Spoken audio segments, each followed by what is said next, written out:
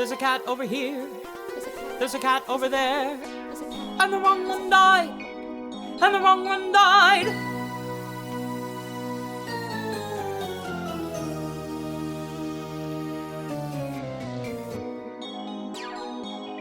Welcome to The Wrong Cat Died, the podcast breakdown of the catastrophe. I'm your host, Mike Abrams. Today we have another amazing guest. He performed as the magical Mr. Mistoffelees on the 5th U.S. National Tour. So welcome, McCree O'Kelley, and thank you for joining me. Thank you. I am thrilled to be here. I'm excited to have you because this tour went on for 10 years, and I think it's always an interesting piece, but you were in the very first group. So we'll get to that because I have a lot of questions about the introduction of this tour to the U.S. But let's start with your cat's history. Were you the 1998 Obsessed movie? Did you see as a kid? What was your introduction? No, I'm too old for that. Okay. I saw, I was in 6th grade and I had gone on a community theater trip to New York, and we saw a Phantom of the Opera, Les Mis, and the last day we saw Cats. And I really think that weekend changed my life. It was the first time that I realized what I wanted to do with my life. It was very clear to me that I wanted to be on stage, and I wanted to live in New York. So that was a really pivotal moment. I saw the other shows, but I didn't necessarily see myself in either of Phantom or Les Mis, but Cats I really connected with, and specifically with Mr. Mistoffelees. I had started taking dance around that time, and so I was really drawn to that character, that solo, and it was kind of a dream come true that it all worked out. Wow. And what age was this? How old I was were in you? 6th grade. So what's that, 11, 12? Yeah. Okay. So 6th grade. Okay. So 11, 12, it's a community theater program. Where are you from originally? And you kind of came to New York for this? Yeah. Columbia, South Carolina. So, I moved to New York actually when I was 16 to go to ballet school. I went to the School of American Ballet. Okay. I'd started with community theater, but then ballet just kind of took over my life, and that really was my passion. And so I moved to New York, and after that I joined a ballet company, and then found my way back to New York. I love it. So you're going as a theater production, but you're a dancer, and so you've got this you see these 3 classics, and 2 of them are not as dance heavy. I think there's still some dance, but then Cats is just pure dance all the time. It's nonstop, and you were like, this is my future. Absolutely. Yeah. I love it. As a 6th grader, you're kind of right on that fringe age of fully understanding what you saw, and also a lot of it probably still going over your head, because you're just before that age of puberty probably where you'd recognize some of the chaos. So did any of that stuff resonate? What is the 6th grader view of Cats? Not at all. It did not. Okay. So much of it went over my head. I guess fortunately, probably. Yeah. I do remember thinking that there was a sexual energy with Rum Tum Tugger, and but all of the stuff in the ball, the stuff with Victoria, all of that, it was just pure dance for me. And I think that's probably the best way to see it. Did you as a 6th grader comprehend any of the plot, or was it just, this is really cool dancing with cats? No, I did not comprehend any of the plot. Not really. I just, it is, you see these little vignettes, and I didn't see how they were all tying together necessarily. But I was very entertained. And I think as a 6th grader, that's really all you care about. Yeah. And you said it was last too. So it was probably, you saw these 2 other very big, heavy production, not heavy, but big productions. And then you go and see Cats, which is also a big production, but a very different production. Exactly. Very different. I mean, I remember being very moved by Les Mis. But I knew I wasn't that kind of singer I didn't see that show and think, oh, I want to do that. Yeah. Whereas with Cats, I was like, okay, that's what I want to do. So then fast forward, you're in New York now as a 16-year-old. Have you, when's the next time you actually got exposed to the show? Was it the 98 movie? Did you see it again? I saw it again. I remember when I was when I was in school there, a friend from Columbia came into town, and we went to see the production. I hadn't seen it probably since I was in sixth grade. And my journey had really shifted, and I was really very focused on getting in a ballet company at that point. So it didn't really hit the same way. I still really enjoyed it, but it wasn't like I have to do that. But it was still a part of me. Like I was still connected to that show, and specifically that character. Yeah. The original Mistoffelees was a ballet dancer in the London production. So it was a principal dancer from like the Royal Ballet. So that role was really created on a ballet dancer, which is why. And originally he didn't sing. It wasn't until it moved to Broadway and then the character did sometimes sing that verse. Yeah, it's interesting because there's a lot of it where like there's a lot of the changes in Cats has been because it seems like there's a different person doing it and they kind of mold slight tweaks around the performer, and then it either sticks or it goes back and it goes in. But I kind of love that, it seems like Victoria and Mistoffelees are the two where children will see it and say, that's my future, because especially dance. And then there's a bunch of the other cats where it's like no one goes and is like, I want to be Bustifer when I watch it. Like there's not that like visceral reaction to it. But those two seem to be the two that are the most common. That's true. Yeah. And I think they're featured in a way that dancers really connect to. They're given these solos that are quite difficult. And very virtuosic. And so they stand out, even though neither one of them really says much. Yeah, it's true. I mean, well, you're saying through dance, like it's much more of the artistic interpretation than like let's use the lyrics for it. Right. Okay, I want to fast forward to the tour. So like you have this as a sixth grader, you now in 2001, like did the audition come to you? How did you end up with like this is actually a possibility that I could become this character that made me realize I wanted to be a professional dancer? So I had been a member of Atlanta Ballet for 2 years and had decided that I wanted to move to New York because a dancer's career is short. And I was really drawn to doing some more commercial musical theater type things. So I had moved to New York in 2000, and then I had come back to Atlanta to do a performance with Atlanta Ballet, and so I actually missed the audition, which was kind of devastating. Oh, wow. Yeah. And fortunately, they didn't find a Mistoffelees, and a casting director who I had auditioned for previously and for something else reached out and wondered if I was interested, and I said absolutely, but I'm in Atlanta now. And he said, well, contact me when you get back, and if we still haven't found someone, we'll bring you in. So I reached out, and Richard Stafford, who was the director, was choreographing a production of My Fair Lady. So they asked me to come in and do that audition. And so I did that audition, and then he asked me to stay and do the turns in second. And then he asked me to sing, and that did not go as well. And I remember him saying something like, that's okay, he doesn't have to sing. And so he actually offered me the role right there.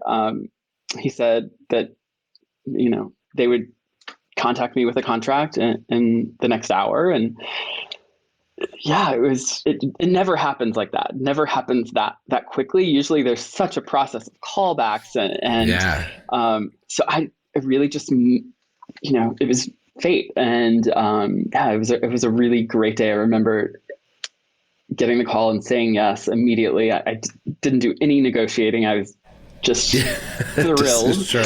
Whatever you want. I love that. I'll pay you to do it. Yeah. So wait, did you audition for My Fair Lady as part of this? I mean, that wasn't really. He knew I was there to be seen for Cats. Okay. So, I could just imagine you like, that's a totally different show.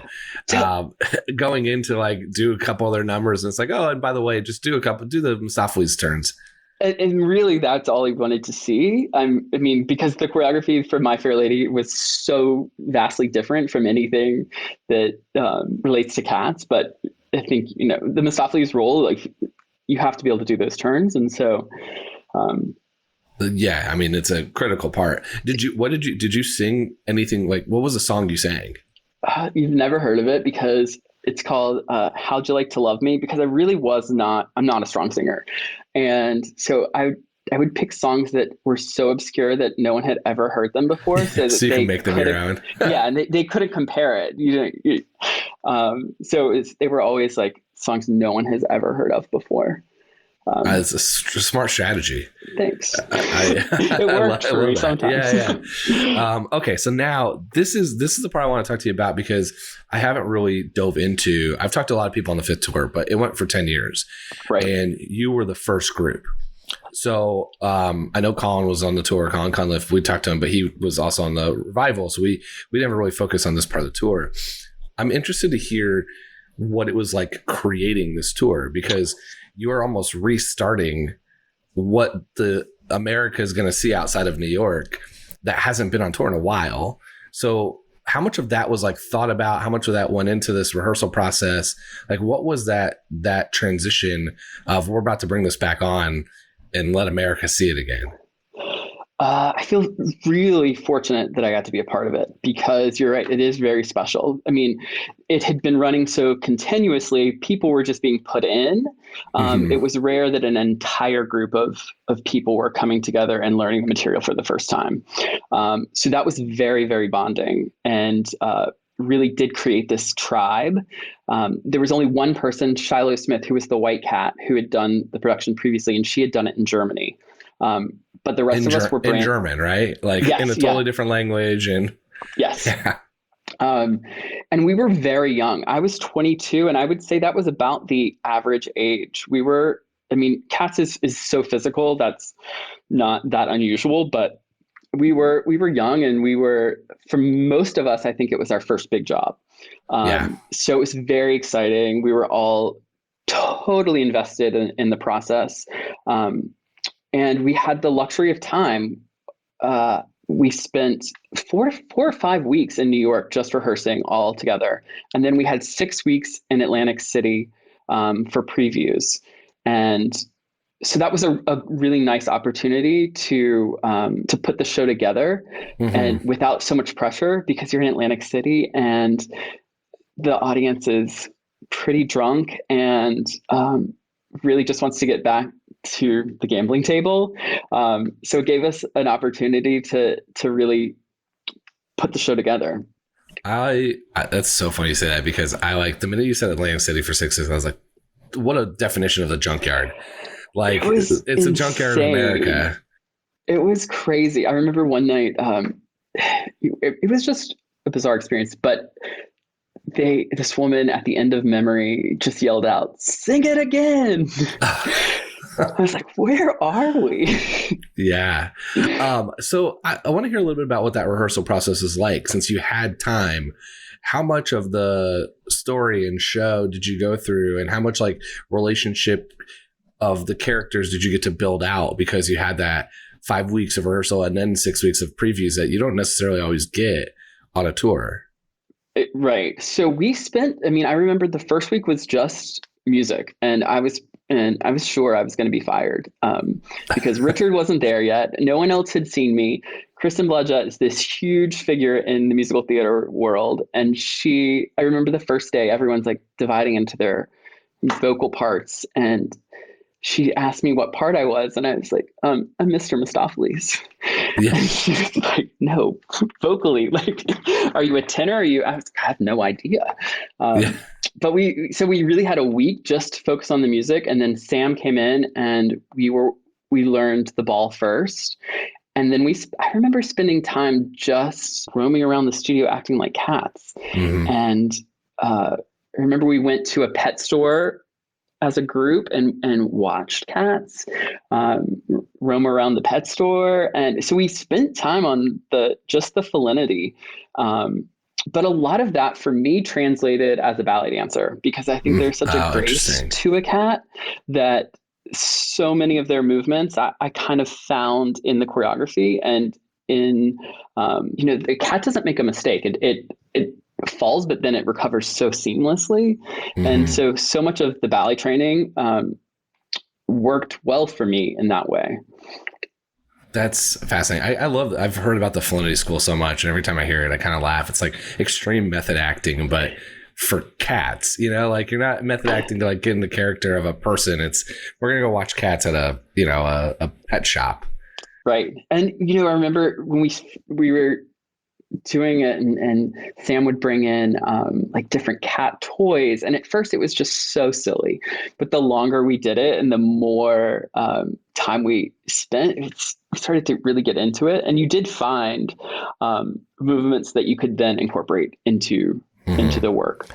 How long after tour did it take you to kind of break some of those mannerisms? Like, were you still walking around with your paws out after tour? No, but I do some facial things today still. I think that I'm like, oh my God, I think that's from being a cat for a year. Years later, it's still coming back. I do think there's like some nose twitches that are still there. I love it. So, okay. So I want to hear a little bit more about Atlantic City. You don't get previews that often in tour. Like you kind of just go and then especially with the tour after they, some people stay, some people go back. And though this one went for 10 full years, there's the 6 tours still going now. I think they're on year 2 since the pandemic. And it's just a continuation. There's like a break, but it's a continuation. What was it like having the opportunity to make adjustments like that didn't have to be on the fly? I feel so lucky because I didn't have to learn it any other way. We really had, it was like Cats boot camp almost for 6 weeks. We had all of the choreography and all of that we learned in New York, but there's something about being on that set and in that, because the set is so specific and you find so many ways to use that set. And because the floor is so different too, right?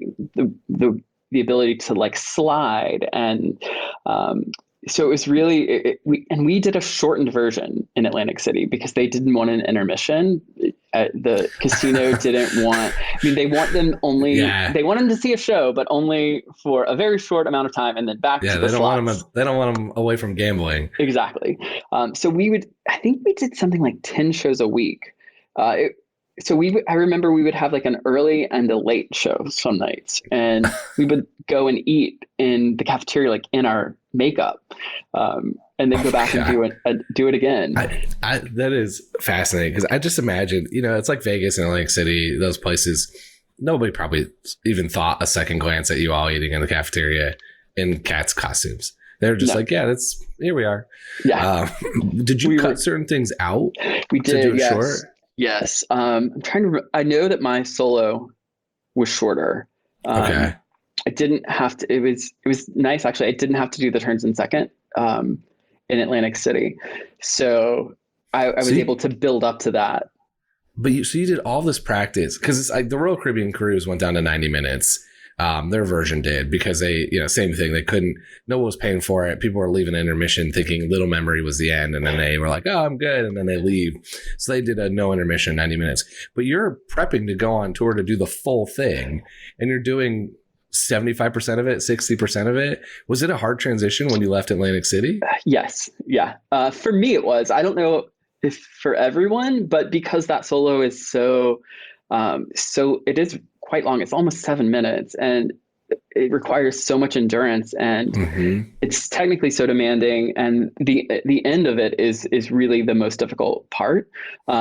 So going from that shortened version, we did pick up rehearsals in Atlantic City so that it wasn't going to be like a total shock to our system, but it was definitely different. It was a different show, going to the full version.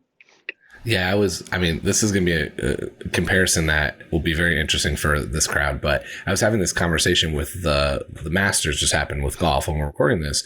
And there's the whole controversial tour where they're only playing 3 days instead of 4.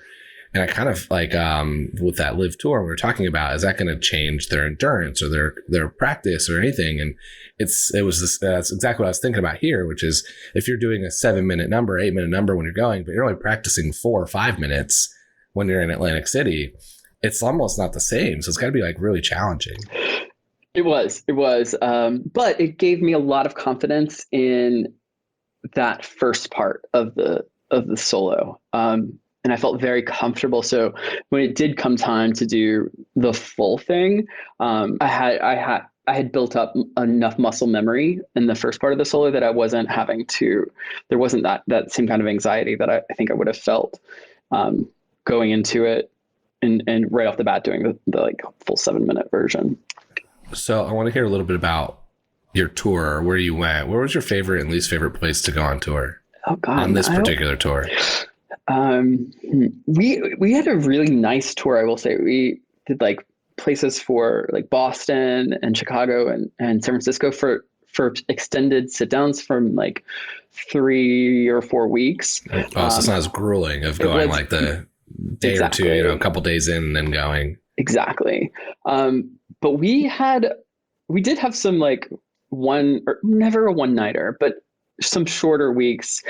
I don't want to say any cities that I disliked, but I remember loving San Francisco. We did Charlotte. Actually, Charlotte was our first city outside of Atlantic City, and that's near my hometown. So I had a lot of friends and family come to that. I was going to ask where the closest you were to home. So that was Charlotte? I think so. That was, yeah. So that was really special because that was our first, other than Atlantic City. Nice. That was kind of the big opening. It was a great opportunity to see the country. Places I never probably would have gone. We also did Canada. I remember I loved Vancouver. Oh, nice. Yeah, we had a really great setup, and we weren't a bus and truck. We flew most places. But actually 9/11 happened during our tour. We were in LA when 9/11 happened. And that definitely changed the way we traveled. Because security measures changed in the airports, and we were a large group traveling one way. And so we were flagged every single time. Yeah, I can imagine. We were a group of cats. Yeah. Well, they also they changed what you could bring on the plane and stuff. Like I'm sure if you had all your makeup and all the stuff that you were traveling with, that also adjusted overnight. And I'm sure it was hard with what you would have to carry with you. Like you had a bunch of things, you're on tour, you're not going home for a while, very different experience. Did you perform that night? I don't think we did, but I don't think the show was canceled. I think we actually it happened to be a night off. I think they would have canceled the show. Yeah. I remember the first time that we performed, it still felt weird to perform. Even if it was a few days after. I remember I think we sang the Star Spangled Banner to open the show or something. There was some kind of tribute that made us feel better about what we were about to do. Yeah. Because it just wasn't a time that felt like. Yeah, it was a weird time because there was also the sporting events kind of went on the next night, and they did the same thing, saying that people spoke and saying that, but it was let's get back to what makes America strong type of thing. And so I think that I would assume or hope that it was very similar of this is a cool part of what makes our country unique is being able to go experience this art. Let's be able to continue that. Right. And I do think the producers handled it well and speaking with us about why it was important that we continue. And super interesting.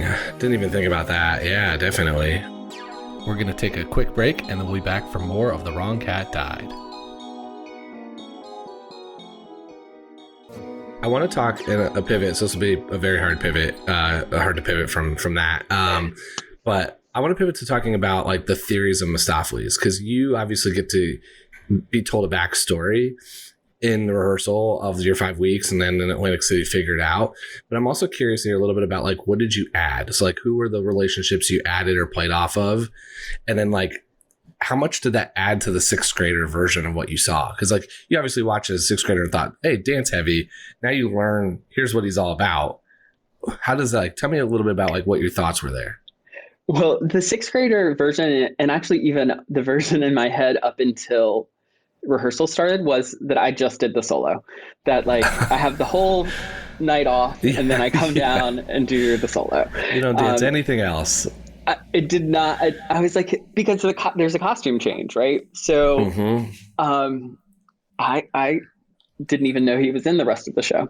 Yeah. So that was a shift, but I played him older. I played him.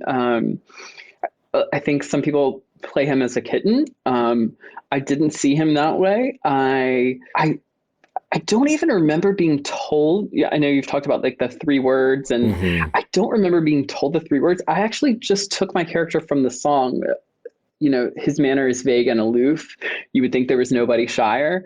So I really played him that way and didn't connect with the other cats very much on stage. I really felt like he was a little bit above it. And there was definitely the connection with Tugger and with Victoria. And also I felt there was a connection with Cassandra.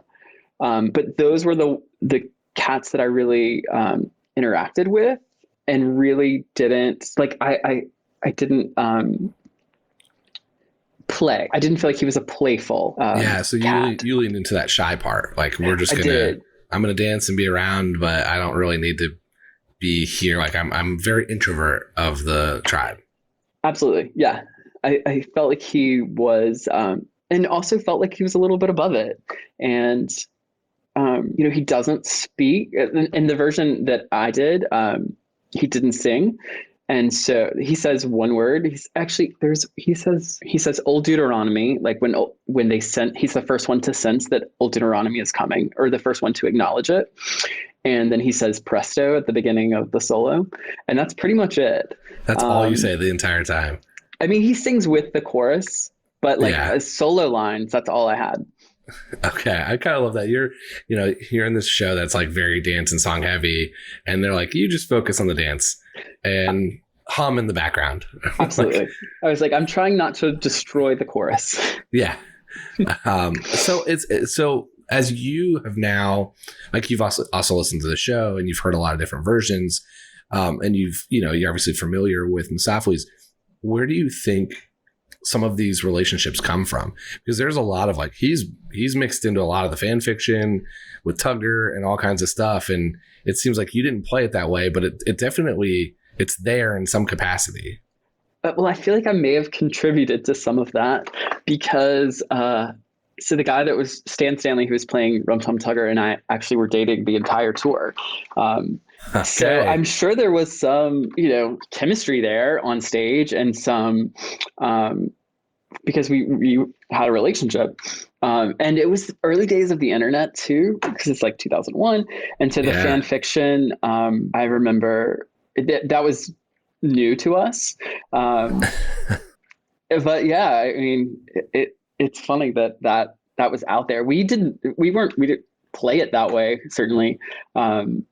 That's so interesting. So you are a real life Tuggoffelees at the time. Do you feel like there was maybe some subconscious mannerisms of that you had the offstage chemistry that you maybe brought on stage? Because you are you're together a decent amount, and he sings your song or the line of your song. There is I can understand why they pull some of that stuff together. Absolutely. But did you feel that you had even an extra layer because you were dating? I'm sure there was, that we weren't necessarily conscious of it, but I know that after the solo, we sit together on the tire while Grisabella sings Memory. And, I remember I'm dying at that moment.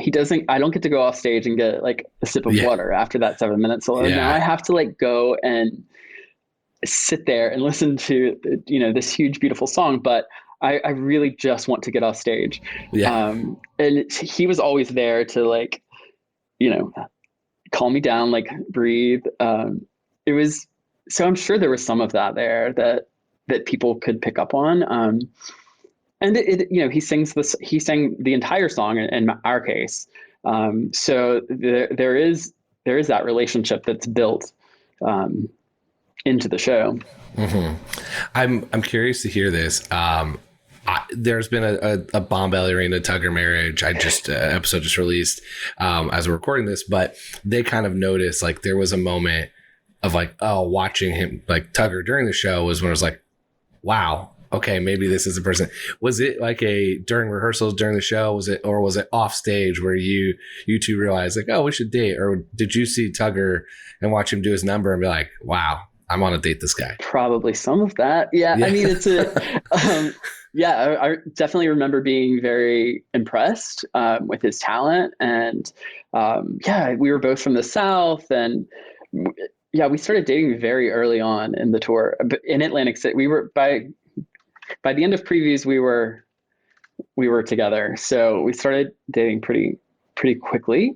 I think that, and they're, having somebody sing your song every night, and like, there's that, we worked closely together. I don't know. There's something that, I don't know which came first, actually.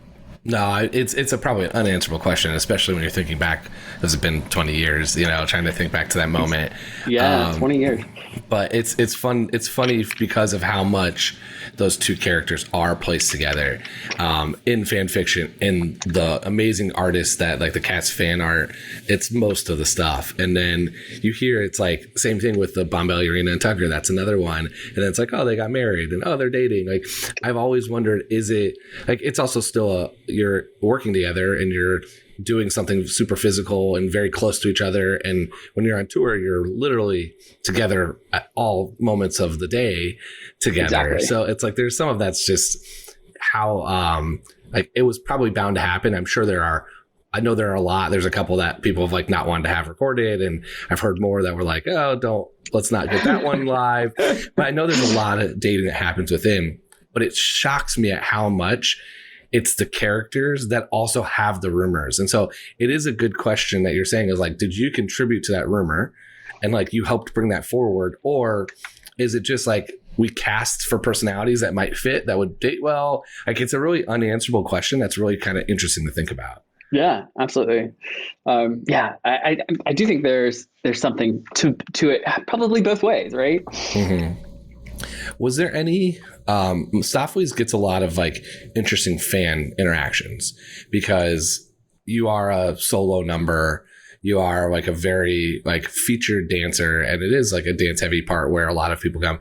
Did you have some like fun or unique like post show stage door interactions with fans on tour? Yeah, I mean the fans were insane, amazing, but I mean like they would come fully dressed in costumes that sometimes were as good as ours, and that was just new to me. And they would give pieces of art and things that they had made, and it was very special and humbling, and that somebody cared that much to not only take the time to wait after the show to meet you, but also had made this thing ahead of time. I still have them. They're 20 years later, they're still objects that are meaningful to me. What's your favorite? What's the favorite? Like, what's the one thing that you have? Do you have a couple? Someone made a mask that was just beautiful. Like, I don't even know how they made it, but and then I have some pieces of art that were drawn and I framed, and it was special. But also, it was also the beginning of of blogs and internet, and so there were people that were counting the number of turns I did and like writing about it. And he only did 27 tonight, and it was bizarre. I remember my dad would call and say, "Do you know somebody said you only did 27 turns?" And I'm like, "You need to stop reading. You need to stop reading that. That's not necessarily helpful." But and stop reporting it to me also. Yeah, it is like a bizarre internet time, because this is like the AOL era, right? Like we're still absolutely, we're at that point where there is a blog is like I don't even want to say it's the Tumblr version, but it was like people were unfiltered thoughts and like a very weird kind of old looking, like it feels so antiquated thinking back on it, especially with how social media is completely shifted it. But it was, you had those super fans and they had an outlet, and they were a very active bunch. Absolutely. On that. Like the Cats fans had multiple sites that were keeping track of who went on and how they did this and what was happening. And it's where a lot of the theories come from. Yeah. I mean, they were they would come to different cities. They would fly different places, and it was, I mean, it was very humbling. And it also, I put a lot of pressure on my performance and myself in the show. I think in some part because it had had such a strong impact on my life, and at a young age, and I realized how it really did, kind of inform some life decisions and where my life went. So I felt like every time I went on that stage, I felt like I had the ability to maybe reach somebody in that way. And so I felt an enormous amount of pressure as far as the performance that I gave. Yeah, you're reaching the sixth grader version of yourself. Like you're going back to, you were in the audience and saw that moment and realized your career trajectory was going to change, because like you decided your career at that moment. And so it's kind of cool to be able to be on the stage on the other side of it, and knowing that in that audience there's probably a sixth grader or somebody else who is having that same thought. Absolutely. Yeah. And, cats, there's no fourth wall because, they're in the junkyard. Mm-hmm. The audience is actually, you're not ignoring them. You recognize them and you're allowing them to stay. And so you're able to look at them and look at them in the eyes and make those connections with audience members. I think that's also something that really does create these fans and this relationship, because the performers are actually having a relationship with the audience members, which is not the case in most theater, right? Like, the audience is not acknowledged, but in Cats they are. Yeah, you start in the audience. Absolutely, yeah, with green eyes, and so and you go out in the audience in the naming of Cats, and so you do have a relationship with them. Mm-hmm. Yeah, so unique of a show and kind of a cool piece. But you now teach. Do you teach any of the Cats numbers? I do. So I teach mostly ballet, but if I'm teaching musical theater, I will teach the end of the ball usually. It still resonates with me, because the end of the ball is like that. You've been dancing for like 13 minutes, and then there's this huge swell of music, and you do a very simple gesture, but you really need the audience to applaud because you are so exhausted. Yeah. And you need them to give you something back, and you need that energy to get you to the end. And when it works, it is just so beautiful, because you really are doing something so simple. But the light shift and the music, it just brings the audience to a place where they want to acknowledge and applaud. And so I teach that part a lot. I love it. You teach them the part without doing the 13 minutes before. It's like, here, you just do the ending, but don't be worn out by it. Right. This is the fun part. Yeah. Yeah. And then I'm sure you give them a standing ovation every time so they can get the energy still. Every time. Okay. I want to do some rapid fire. Okay. And then we can get to our, most important question. If you could go on, obviously, let's ignore your singing and everything else. But if you could go on for one day, any cat, if you could just do the track, who would you want to perform as? Tugger, 100%. Tugger. You want to flip the other side of the script and go and just wreak havoc. Yeah, I think it's a great part, and I think it could be a lot of fun. Yeah. Who are your favorite and least favorite cats? Ignore actors. Okay, this is hard. Okay, my favorite, I love Cassandra. My least favorite, it's hard. Maybe Growl Tiger. Growl Tiger, yeah. Okay. Not Gus. Not Gus, yeah. Yeah. One of his characters. Do you think that those answers are influenced by your playing as Mistoffelees, or is it just more as like you, McCree, is the human, like that's who I wouldn't like? Oh, that's hard to say. It's probably somewhat influenced by the role. Yeah, because you did it for so long. You're just like and that's how I saw them, I guess. Yeah, that's true. What's your favorite song from the show? Oh, Grisabella the Glamour Cat. There's that one little moment. Yeah, and Demeter and Bomb, and I remember our Demeter just was amazing, and during that Jessica Lee Patty, and we had, everyone had recorders that first week when we were singing, and so I went out and bought a recorder because they all had them, and they were recording their parts, but I didn't really know what to do with it. So yeah. I would just record her singing because that was that song. They were all like practicing their parts when they got home, and I was showing my friends and like, listen to this girl sing, she's amazing. I love that song. I love hearing, because at first when you said recorder, I thought you were talking about like the instrument. And I'm like, that's kind of strange. Maybe like, then I'm like, no, wait, this is pre-iPhone era. They're recording like cassette tapes. They need that to be able to play back their part to listen, because there's no YouTube version to go after. There's no quick iPhone recording. Yep. That's hilarious. I always ask a fun one. I was going to ask you about which cat was going to be in the best nomad on tour, but now knowing that you spent so much time in Atlantic City, which cat do you think would thrive in Atlantic City? I have two answers to this. I think there's two. I can't wait to hear yours. Well, I think that maybe Jenny Anidots would she could have some fun at the slots. I didn't think about her, but I do see that. Yeah, I think she could let loose. And that's a good answer. I had not thought about Jenny. All right, so who's yours? Well, I thought first came to mind immediately was Buster Jones. He's in the high roller suite. He's going to be eating his way through town. Like, he's going to have a blast there. And then the other one I thought about, I kind of had the other two I couldn't decide between, but one was Tugger, where you've got just being able to go and kind of be unapologetically yourself and nobody's going to care.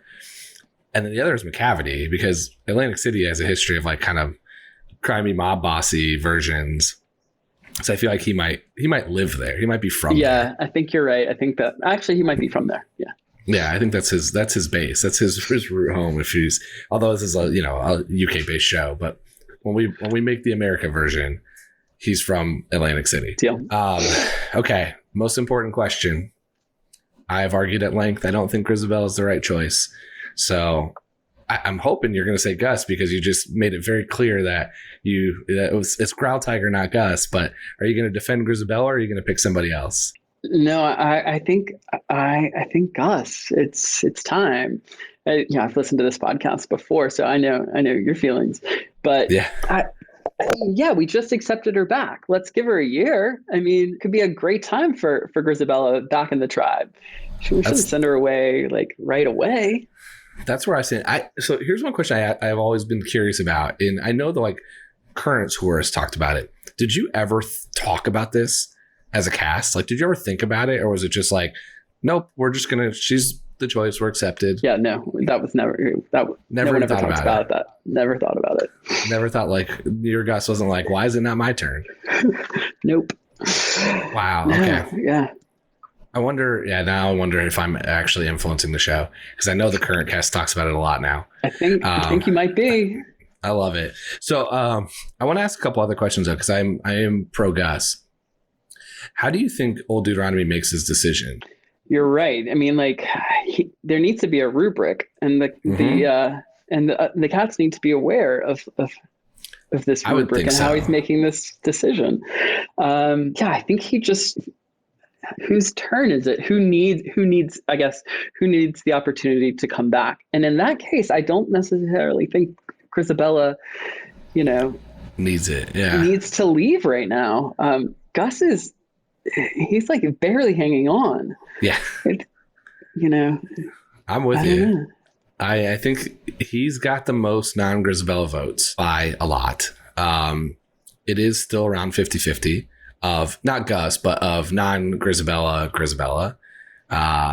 So I feel like that's a pretty good mark to be able to have a show that is very definitively answered, to have one cat being the choice, and to have more than half of the people I talk to say, I don't buy it. I'm pretty proud of that. I also like your idea of it changing. I think it should be random. I think no cat should know. Like, there's like a light, like a spotlight goes on one cat. Okay. So spotlight version of just where they line up at the end, and it's like, we don't know who it's going to be today. And it's almost like I could see it like, what was that show?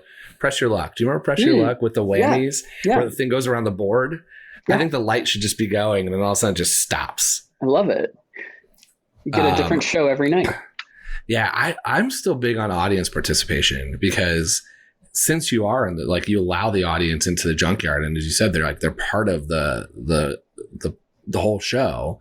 I love the idea of them being able to choose, because I do think you would get some really interesting data off of that too. Like, does one city like this cat more than others? Like, did we have a younger crowd and they voted for a younger cat? Like, there's a lot of ways it'd be really fascinating to see. It also would become kind of funny. I think this would be hard as performers, because you all are incredible in putting in some stuff, but like, it puts a little bit of extra, like, I got to give it my A game today, because they're voting at the end. And if I'm not my best, maybe I don't get chosen. Yeah. I'm for audience participation. Yeah. Most of them have their phones out anyway. Exactly. Yeah. They're already bootlegging this for you. They got their phone in their hand. Yeah. It'd be easy technology. And then we could vote. And then, just somebody else hops up on the tires to go up. I always wanted to ride the tire. Did you never get to? No. Like, even, just messing around during rehearsals, or is it like union based, so expensive for them to run it that they're not going to do it? They were definitely not going to let us have rides on that tire. Yeah. I asked when I did some work with the Six tour, I was like, can I go up? And they were like, absolutely not. Like, you cannot at all think about that. You should have asked to come down the Mistoffelees rope. Oh, that's fun. Yeah. They were very much anything on stage is a lot more challenging than anything not on stage, which I get. Well, this has been super fun. How can people stay in touch with you? Social media, websites, anything? So my Instagram is McCree O'Kelley, McCreeOK. Awesome. We'll tag that too. So thank you for coming on, sharing your stories and sharing your Tuggoffelees relationship for the world to add to fuel to that fire. And it's been super fun. It was awesome. Thank you for having me. Awesome. And thanks everyone else for listening to this episode of The Wrong Cat Died, the podcast breakdown of the catastrophe. To follow along, you can subscribe on Apple Podcasts, Spotify, Stitcher, or anywhere else you listen to podcasts. Follow us on Twitter, Instagram, and TikTok at The Wrong Cat Died, or check out our website, thewrongcatdied.com.